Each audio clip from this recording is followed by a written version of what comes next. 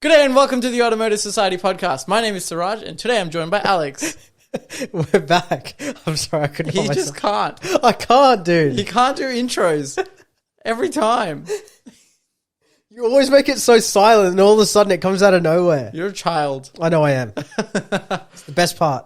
But welcome to another episode. And today we will be talking about anything and everything, pretty much.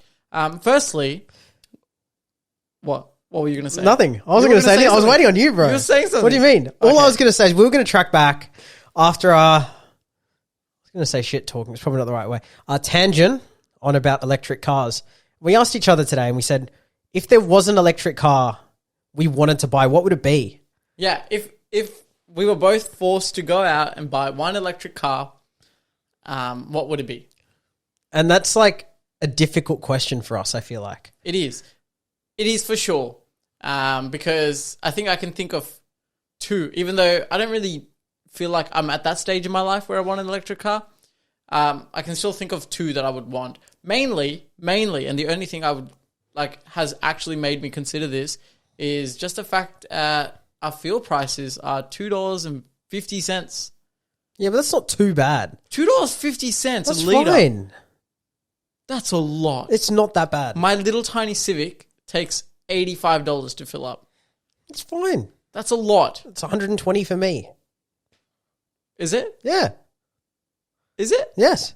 How big is your tank? 60 litres? I thought it'd be more than that. No. No, that's more than that. No. It's a 60 litre tank and it cost me $120 last time I went. Just under 118. Well, that's $2 a litre. Give or take, yeah. Well, it's more than $2 a litre. Oh, I'll still pay it. Oh, okay. I feel like you just put 120 and then you go, oh, I got to stop here. No. It just has to be full to the brim all the time. I've got this thing, like every time I fill up, I can't put $10 or $20 That's or $60. so opposite what you used to be. I know. When Alex was a wee young lad. I wasn't a wee young lad. You were a wee young lad and you would not put more than $20 in your car. I remember this. There were times you used to find change in your car and be like $6.45 and that's all I'm putting in. And it used to last me like 3 days. It was awesome. Not even. It was great. Yeah, that's all you Because did. my first car took like no petrol. Yeah. It was an awesome little thing. 1.8 litre But- 4-cylinder. Yeah, I mean that's the biggest question, right? Like fuel prices have got to a level where, okay, it does hurt me a little bit, but I just pay it, right? I don't complain too much. I just pay it. Oh, okay. But I pay it too. I complain. I think, yeah.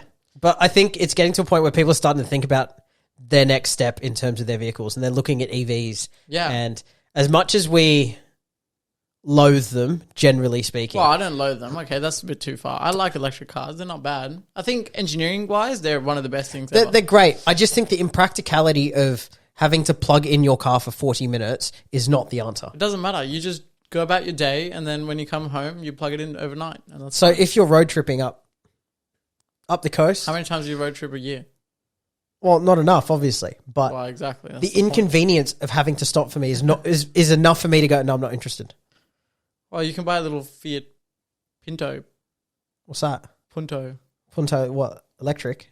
No, that's combustion for your little road trips. I'm not driving a Fiat Punto up the highway next to 18-wheelers and things like that. It scares me, but you know Okay, what? Like, anyway. yeah, we're off What topic. Anyway. what electric cars would we buy? The other thing that we want to talk about is the car market because it is finally coming down, people. It is happening.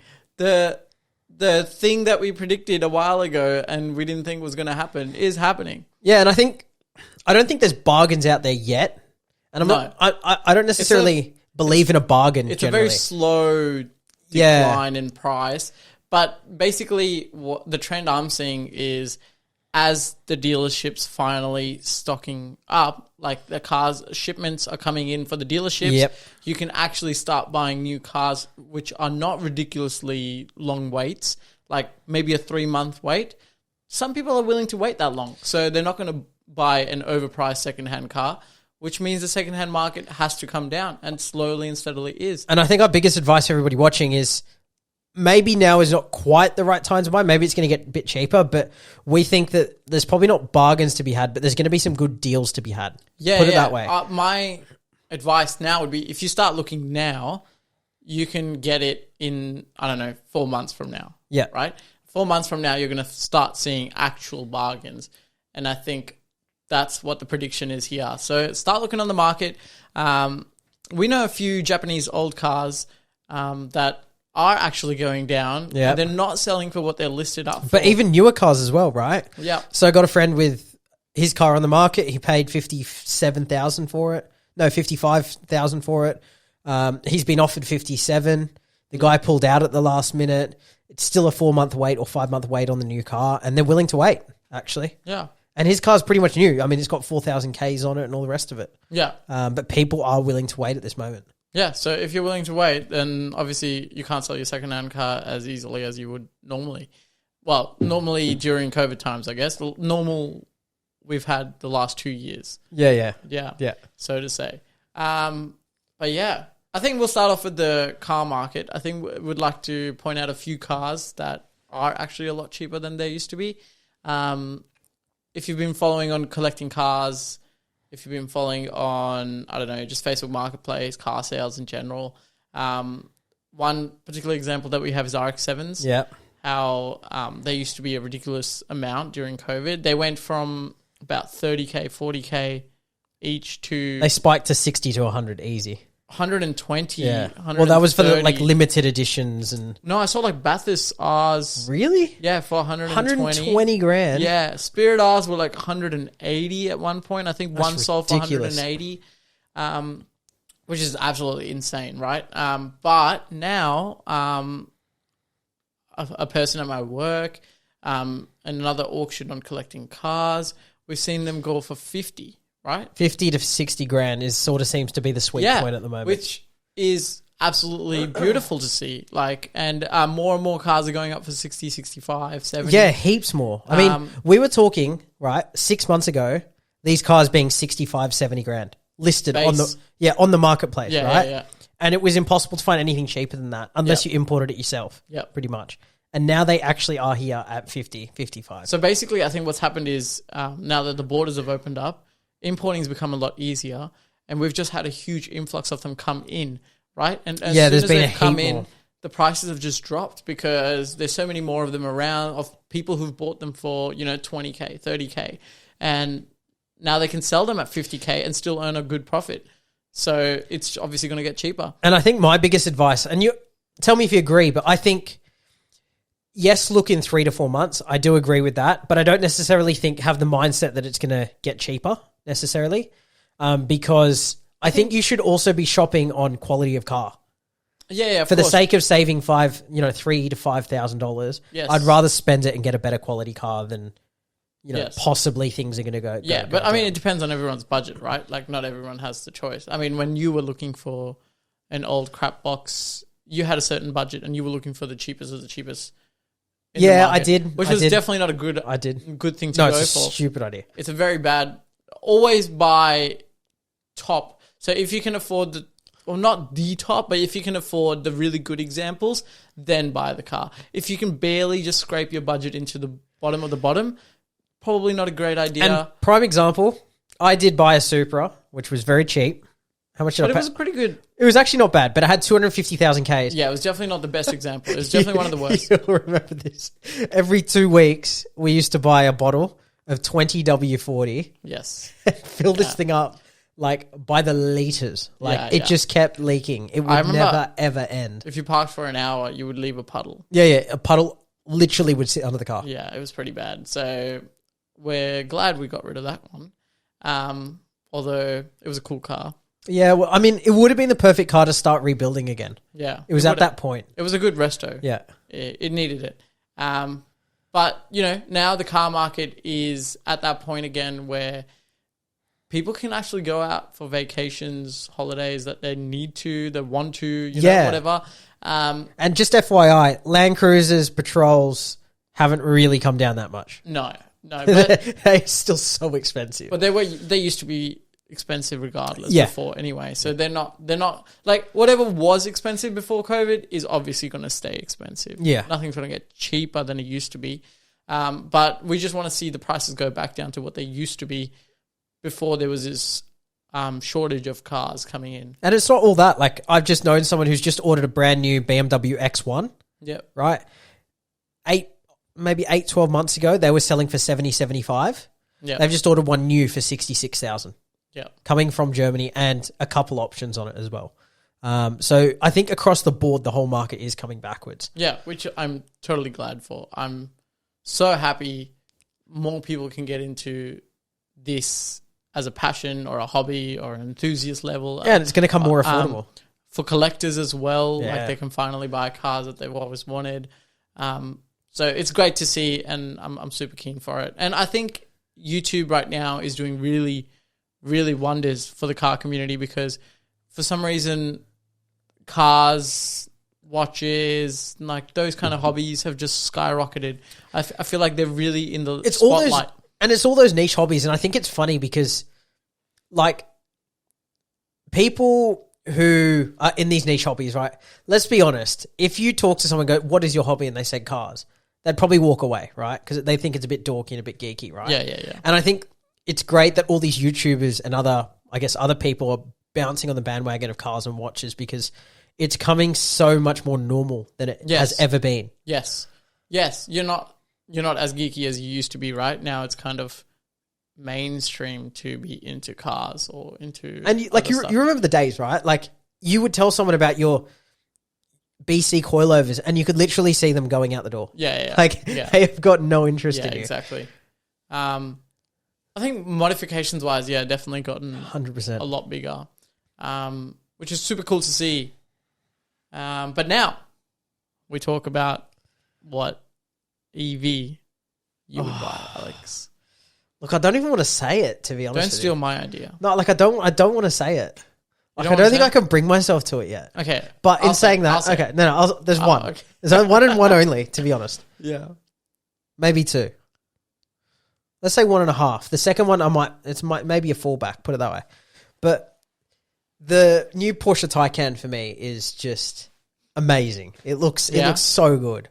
Yeah. I do think it's a good looking car. I don't like that it's a 4-seater. Why? But I guess I know why. You don't why. like it's a 4-seater? Like obviously they're trying to go down the electric practical route, so I kind of get why they're doing the 4-seater, but I don't like that it's a 4-seater because I think they're going away from the. I would have liked to see.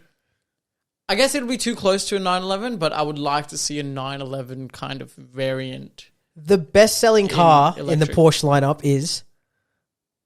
Do you know it? Is it a Cayenne? Yeah. Right? Which is a 4-door SUV. Yeah. And you're telling me there's something wrong by having a 4 No. door. Okay. Best selling is one thing. The brand's best car, like iconic and all that is different. Everyone's into SUVs, okay? Everyone knows that they're idiots. Let's be honest. I don't just call half of the people listening right now. Yeah, because they probably have SUVs. Need to buy an SUV? Let me you ask own an SUV. If you have 3 kids, 2 kids, 3 kids, yeah, fair. You want an SUV. You go on massive road trips and carry a lot of people or luggage, fair, right? You tow a trailer, fair, makes sense. If you are driving a 2.5 ton piece of metal around with just yourself in the car going to work and back, or one other human. You've got one kid and you've got 3 tons of metal to carry one kid around. How dumb does that sound? You sound like an environmental person. How dumb does that sound, dude? I swear, at some point, someone's going to realize and go, do you remember the time we used to carry I used to carry my 2-year-old in a 3-ton car, like for no reason whatsoever? Now, that doesn't shit me so much, right? That doesn't shit me. The one that shits me is the ones that people are buying, like Tiguan's. You know those weird... Crosses. You're talking about little crosses. Yeah. Like the T-Cross, the Tiguan, all CUVs, compact. The whole lot is a waste of space. I don't understand why people are doing it. What's wrong with you? Like, if you want a small car, buy a hatchback. If you want a practical car, buy a saloon or a sedan. You know? I'm bewildered by it. Why do you need a cross? Why do you need to sit higher and have road presence?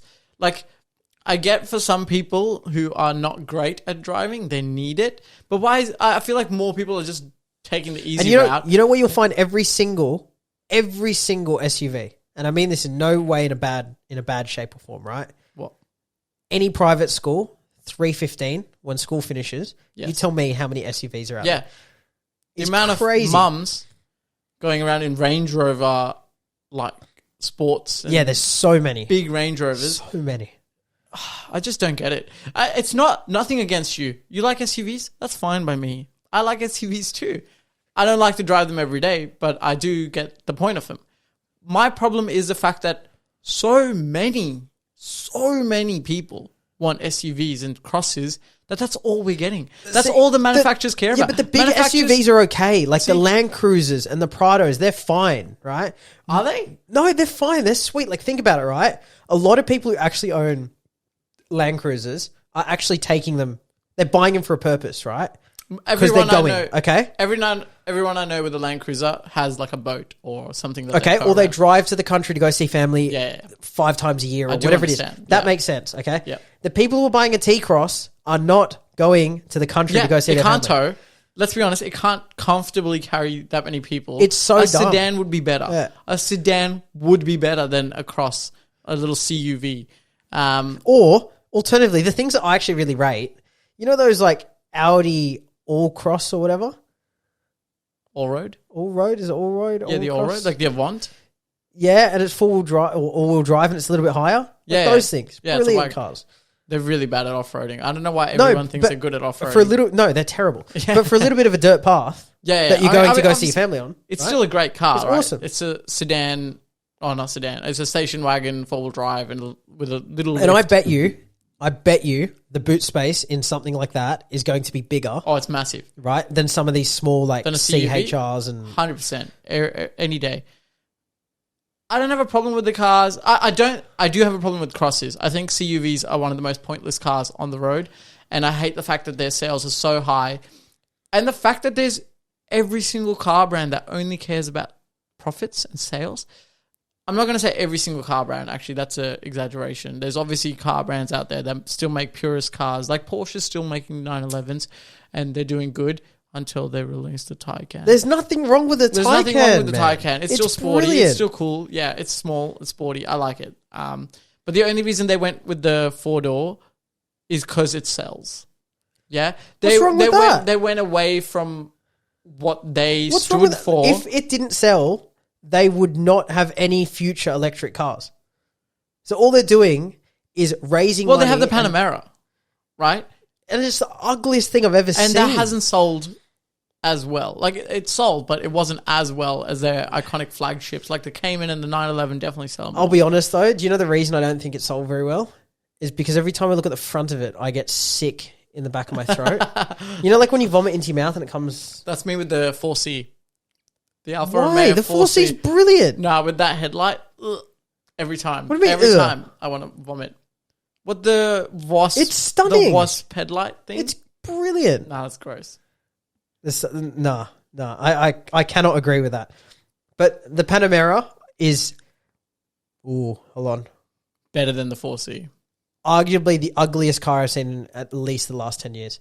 Better than the 4C. You think this 4C's ugly?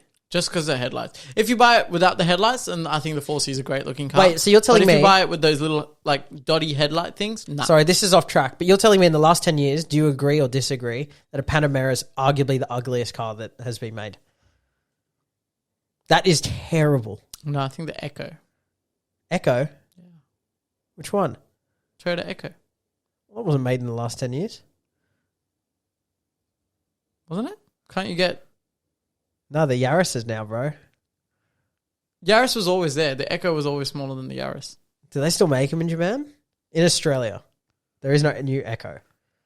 Okay. Now, I don't know. 10 years. Let's say 2010 onwards. There's nothing. I'm telling you. That is the ugliest car. There's not that many cars that I find ugly regardless. Some of the electric cars I do find ugly. They're not, yeah. They're like the Hyundai wagon van. Iconic thing. 5. Ionic? Yeah. Ionic 5? Yeah. That front, not a fan. I don't think the Panamera is ugly. You don't? I don't. You're kidding. I don't think it's ugly at all. Try it with wearing 2 pairs of glasses and try again. I'm telling you, it's horrible. I don't think the Panamera is that bad. I kind of like it. I wouldn't buy it, but I kind of like it. And the name Panamera? I don't mind it. Get it? You get it? Panamera? Like a panoramic shot? Like if you take it because it's so long? Yeah, I get it. But I mean, just no. It's just no, it's terrible. I'm sorry, I can't keep talking about it. It's disgusting. I like it. Anyway, back to electric cars. So Taycan is what you get. Yeah, there's nothing else out there. I like it. I like the Taycan. Like, why do I want a Tesla Sport or whatever it is? Like, yeah, they've got no history of ever making like a sports car whatsoever. Well, they had the Tesla Roadster, which was if that was an actual not thing, great. Then I would get it. What? Tesla Roadster. It's not an actual thing. They never made one. Well, they did originally, but it was based on like a Lotus, like it was a lightweight one. I don't think they ever made one. Yeah, they made it mass production. Didn't go that well. Did they make it? Yeah, they cut it after like 3 years. No, the Roadster. Yeah, the original Roadster. It's still meant to come out. That's the new Roadster. The original Roadster, right. Anyway, my favorite EV is the new Polestar 2. Yeah, okay, no, I can't even argue. 100% agree. The Polestar 2 is amazing, I think. Like 512-kilometer range. Yeah. I think we spoke about this last time.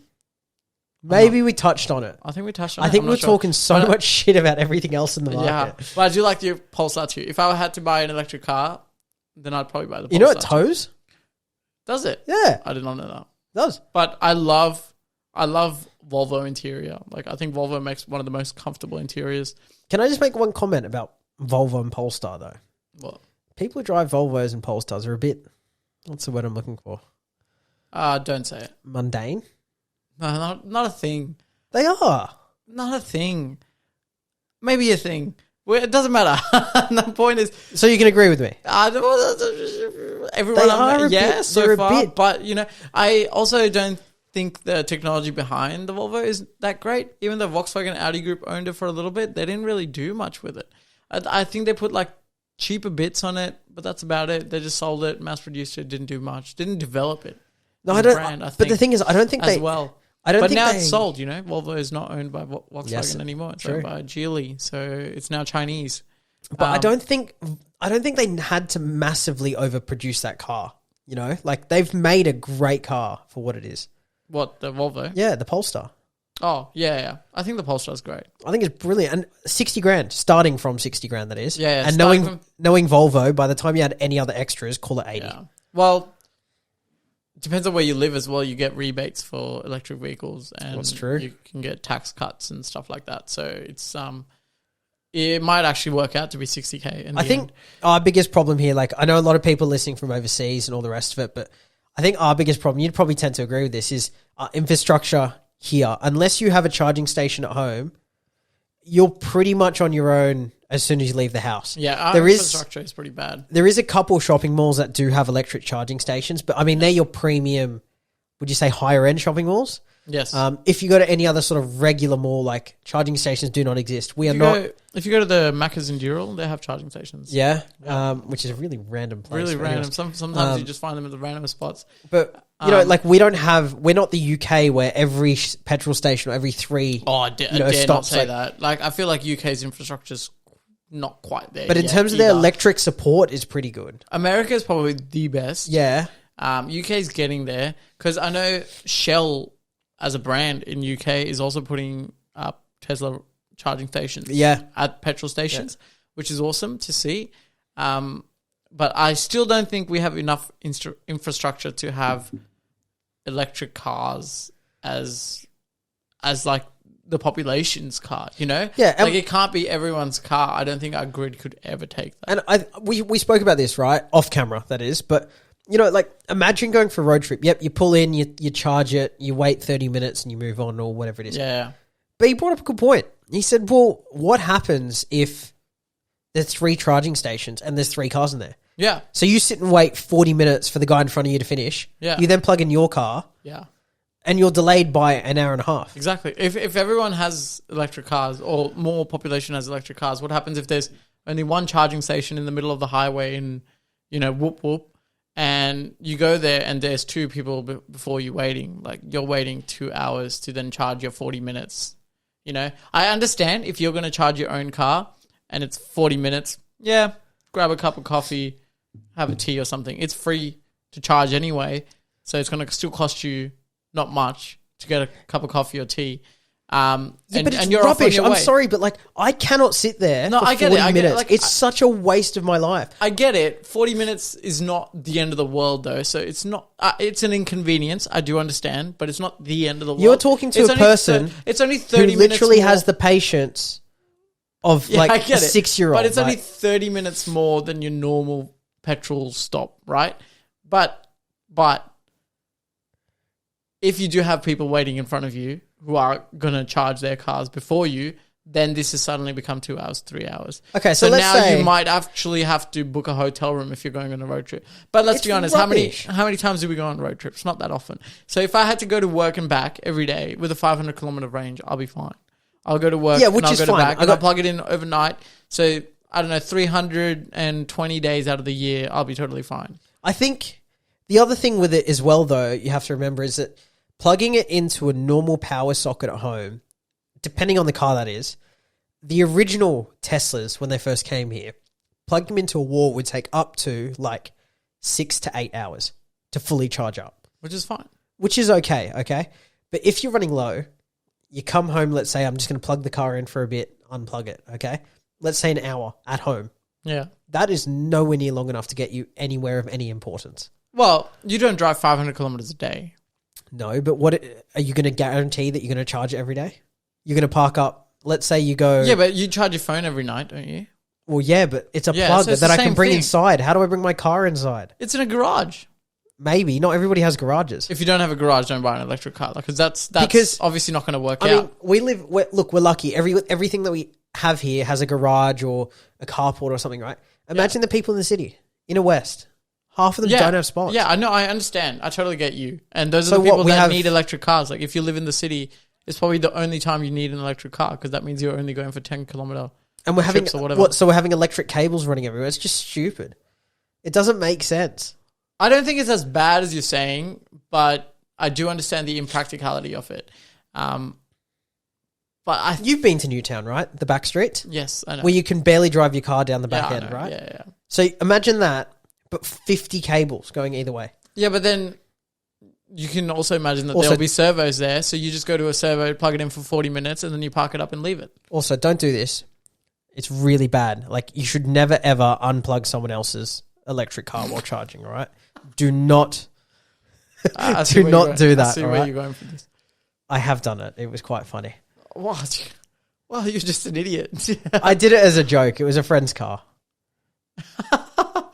Well, he had enough range to get home. He'll be fine. Yes, I guess if you live in an area like Newtown and you have drunk people going through, they are going to unplug your car. 100%. You're absolutely drunk after a big night. You are going to unplug that person's car. Yeah.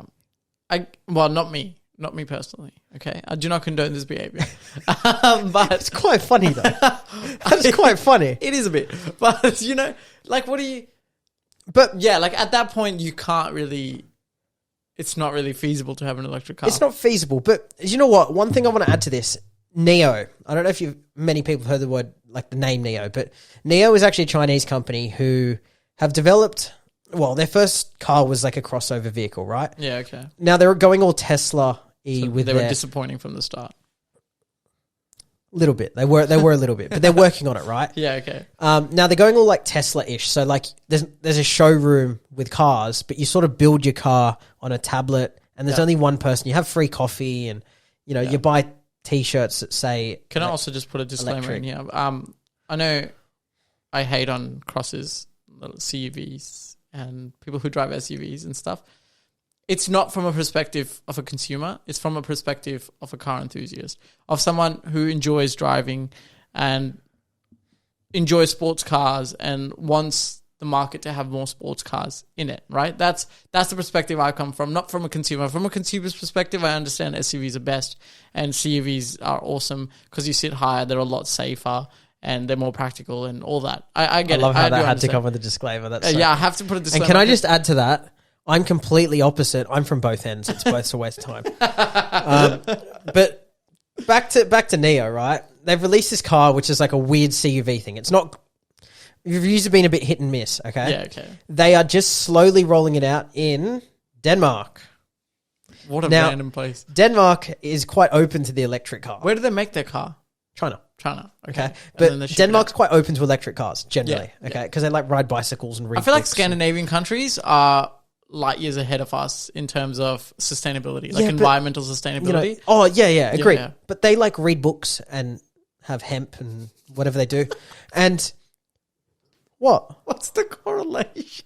You know, they're just those sort of people. You'll understand what I mean, right? But, you know, they're more open to trying new things. Yes. Okay. Yes. Can't believe you just laughed at the I was going to say Denmarkians. It's not Denmarkians. Denmarkians. The people of Denmark. Denmarkians. That would work, though. Danish people. Danish people. The Danes. That's the word I'm looking for, right? Denmarkians. And if you're watching, reach out because we love you. Sounds like an But- alien like species. Denmarkians. Denmarkians. But look, they're open to this thing, okay? And Neo's been rolling these cars out, which, number one, China's made, which is a little bit hit and miss at the moment because China as a country and trading with China is a bit, you know, weird, okay? Be very careful what you say here. No, I know that. But is it a fair comment to say there is some hostility between certain countries and China, right? Not like there's a little bit with Australia, but not that much. Well, it's not China's fault. No, it's not. Like, it's the rest of the world. And anyway, it doesn't matter. Anyways, That's moving on. politics, and we don't do that. We've got off this story like 3 times already. But It's your look, fault. they've developed... No, it's nothing to do with me. They've developed this car. They've taken there to Denmark, right? They're just starting to roll it out in that sort of section of the world. Yeah, okay, yeah. Now, this car, it needs a lot of infrastructure to support this car, okay? Sell it to me, Alex. Be a salesman. Sell it. You know what? What? It comes with a person that talks to you, a little electric dash thing that talks to you, all right? You can sit in the car and you can say, take a photo. What's and its it's got a name? camera. I can't remember. It's got a camera in like the rearview mirror and it takes a photo and it's got a big tablet in the center like a Tesla sort of thing. Yeah, okay, yeah. However, it's got physical buttons. Okay. The volumes and stuff like that. I know that's a selling point for you. That's pretty cool. That's all right? pretty cool. Yeah. And it's so high tech for what it is, okay? It's got pretty decent leather. I've never seen one, obviously. This is all reading. Yep. But it looks some pretty decent quality leather. It's not the new MG level, but it's not quite like a Mercedes E-Class. Okay, yeah, I understand. Let's call yeah. it a C-Class level of like interior. It's actually very nice. Okay, all right. Range is only 200 and something miles. That's pretty bad. So let's say 400. yeah, okay. not that's great. Still pretty 355. bad compared Okay. to today's market. However, How big are these cars? iconic, like a CUV sort of thing. Okay. Let's say equivalent to the Polestar, maybe a bit Yep. taller, a bit shorter. Yeah, okay? Yep. However, what do you do when you run out of battery with a normal electric car? You plug it in, right? Wait Yep. 40 minutes, have a coffee, have a chat with another dull person you don't want to have a chat to, okay? But with this car, what you actually do is they build these sort of things. They look like a shipping container, just a little bit wider. Yeah, okay. You'll park the car close to the shipping container and book in a time, Yep. okay, saying my battery's running low. When you park the car in a certain spot, which is in front of this, I guess, like shipping container sort of looking thing, the car automatically reverses for you into the space Yep. inside the shipping So this container. is that little robot. This is the robot saying, you know, blah, blah, blah. They're And he's parking doing it. it, yeah. Okay, he's doing it.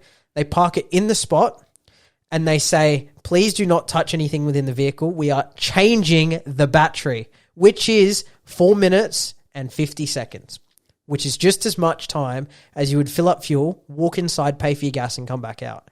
In that 4 minutes, 50 seconds, something takes the battery out of the car off the bottom, puts it into a conveyor belt and gives you a brand new recharged battery back into the car. Everything turns on and you drive off. You're off on your way. That's it. And then so it will charge that battery It would charge that battery around into the circuit again, waiting for the next car to come and back give in. it to someone else. Yep. And How remotely, many batteries does it hold? what? How many batteries? Currently is this? 12.